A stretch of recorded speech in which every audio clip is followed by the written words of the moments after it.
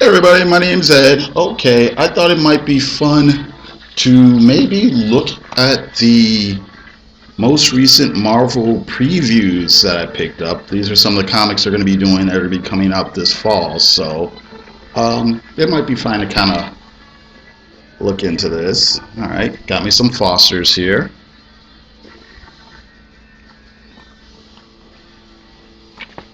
So let's do it. Okay, so let's see here. Okay, so first thing we hear, we get the Divided We Stand. So I guess it's the kind of old guard or the older adult heroes versus the teen and young adult heroes, except for Doctor Strange. Doctor Strange is an older guy, but that's what it looks like it's going on here. What's this? Avengers 1.1. That might look interesting. I don't know. It looks like it's a flashback story. You've got the original Avengers, and then you've got Cap's Kooky Quartet. It looks like it's written by Mark Waid, so I might check that out. And then Champions, I might check this out as well. Perhaps, maybe. These are all the teen characters again. Teen Cyclops, Ms. Marvel, Teen Nova, Amadeus Cho, Miles Morales, and I guess this is the Vision's daughter.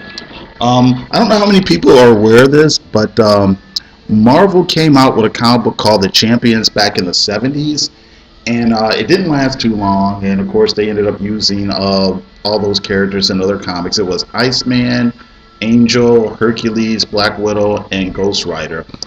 But they tried to use the title for a Matt Fraction comic about 10 years ago, and they found out that they had lost the trademark, so they had to change the title to The Order. And I guess what had happened, a gaming company was using the name The Champions for their superhero product or whatever, and yeah, the courts sided with the other company over Marvel because they hadn't put out a comic book called The Champions in so many years. They lost the trademark. I guess Marvel has since made some kind of deal with that company, so I guess that's why they're using the name again. Uh, Occupy Avengers. Okay, I'm probably going to give this comic book like maybe 1 or 2 issues. I like the idea of it. The idea is it's going to be Hawkeye going around the country with like some other street level heroes and just kind of helping people solve their problems or whatever, something like that. So, I like that idea, but I hate this title. I just think it's dumb. It's like, okay, if you're trying to be topical, you're about 4 or 5 years too late for that. And really, and it doesn't make any sense anyway, because if you're going to have a movement called Occupy Avengers, wouldn't it actually be, you know, people protesting outside of Avengers Mansion or the Stark Towers or something like that? I just really don't think this title makes any sense whatsoever. So, okay, next thing we got is Avengers 1, just because. Uh, Uncanny Avengers 15. I haven't been reading this comic. I really don't know what's going on. But, okay. U.S. Avengers, written by Al Ewing and the artist Paco Medina. I might check this out. I guess this is supposed to be more the corporately backed corporately backed, militarily backed Avengers team. I guess to kind of contrast with the Occupy team, I guess.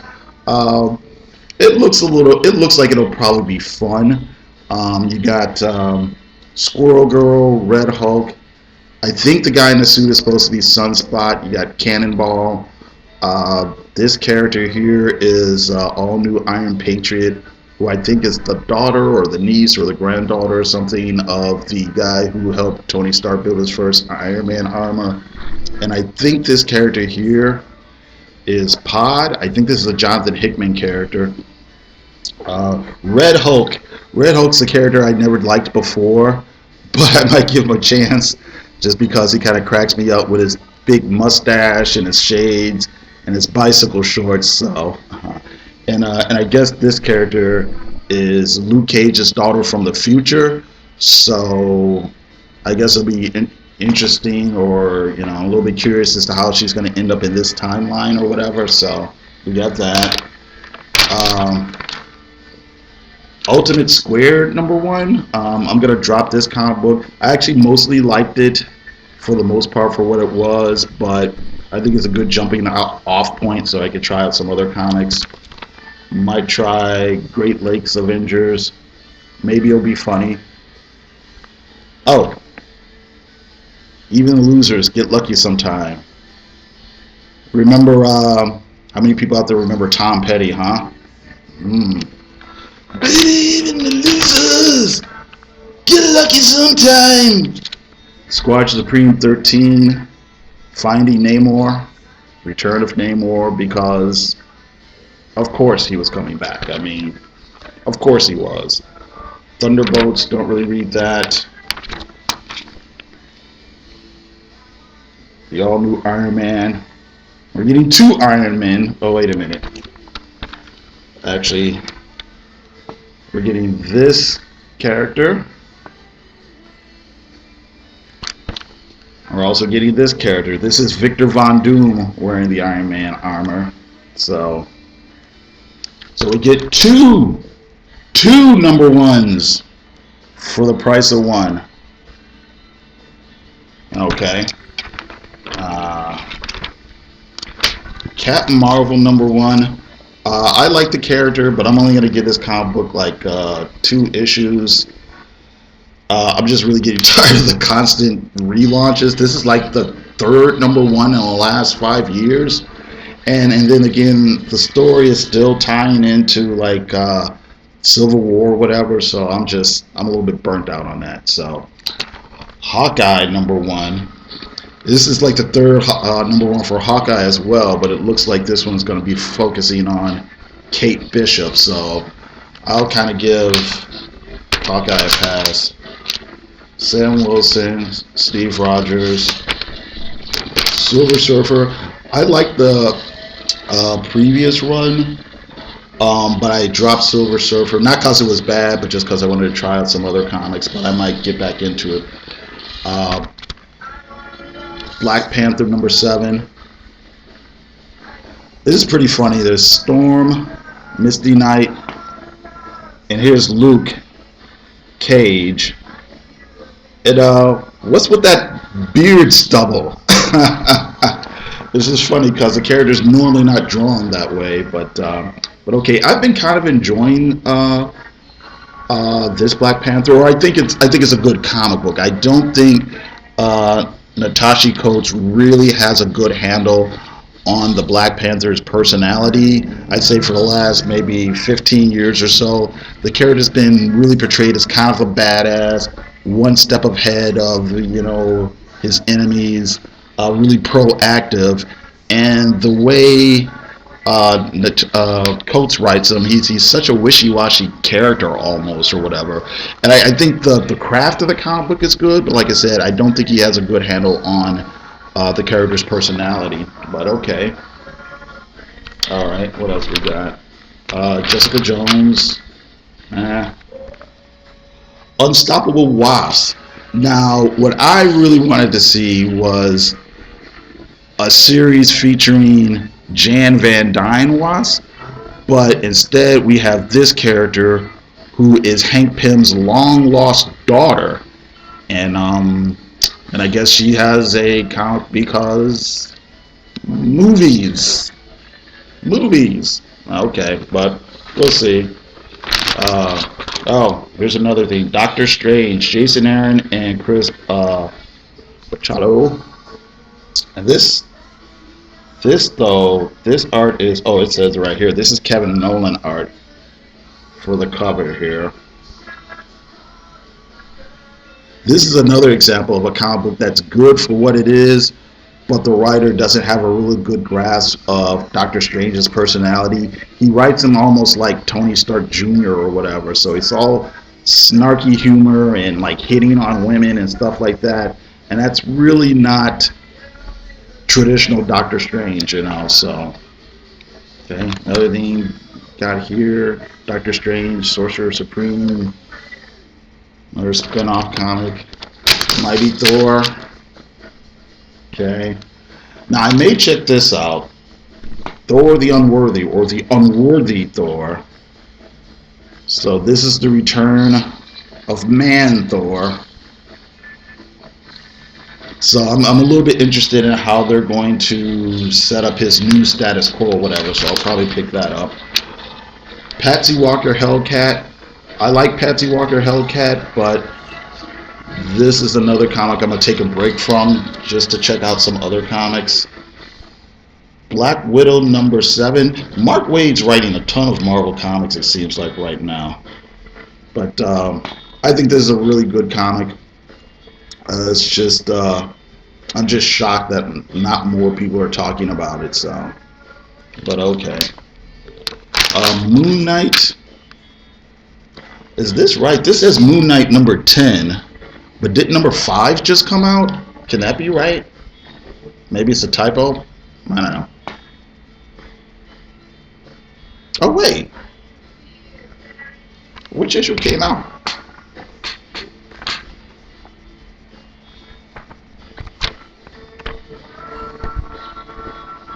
I'm like reaching over here to see which, yeah. This is the last one I got. It's #5.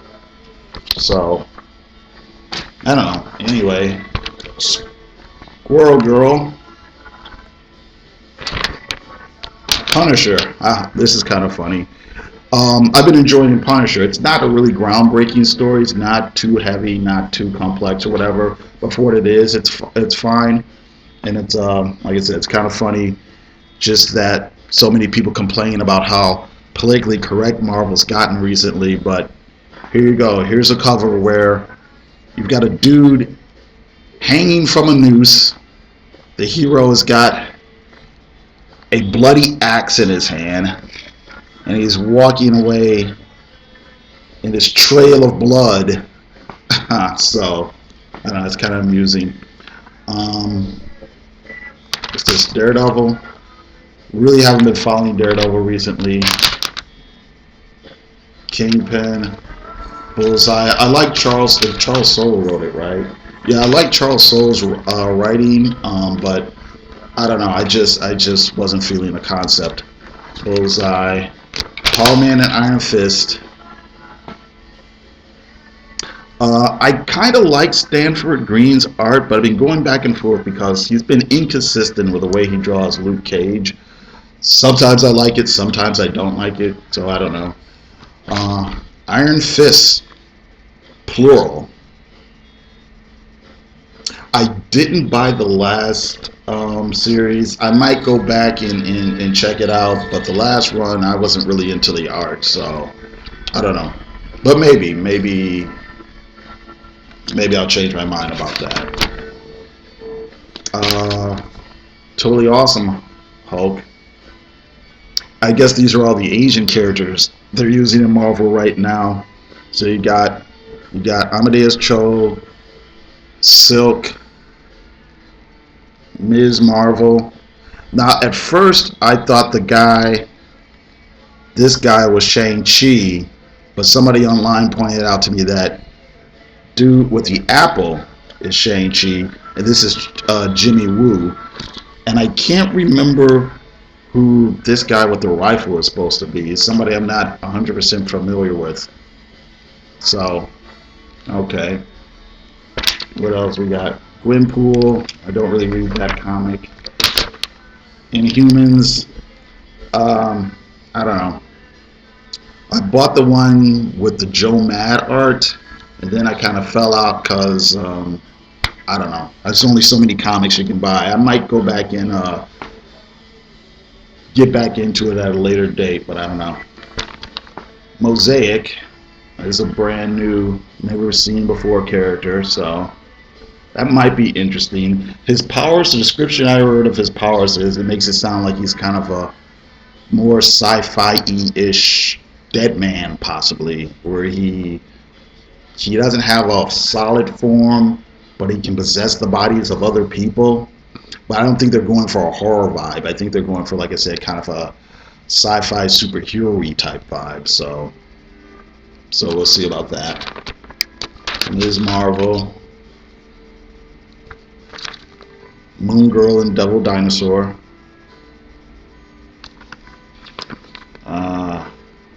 Oh, this looks like it's a big crossover. X-Men versus the Inhumans. What else we got here? Luke Cage. I think I read somewhere what this is. One of the guys from the Samurai Jack cartoon show had pitched this kind of cartoony series for Luke Cage, and Marvel at the time kind of put it on hold, and then they rejected it, but now I guess they're going to publish it. So there's that. Gamora. I think this was, I know this comic has been delayed like a year, and I'm pretty sure that the writer is the woman who did the original draft to the Guardians of the Galaxy movie, and the series got delayed because she has a full-time job in Hollywood. But we'll see how this goes. Star-Lord, and I'm not really reading that. Rocket Raccoon, haven't been reading that. Thanos, I like Thanos as a villain, but I'm not gonna get it. I'm just getting bored. Well, I'm getting a little bit burnt out on Thanos, I guess that's what I want to say.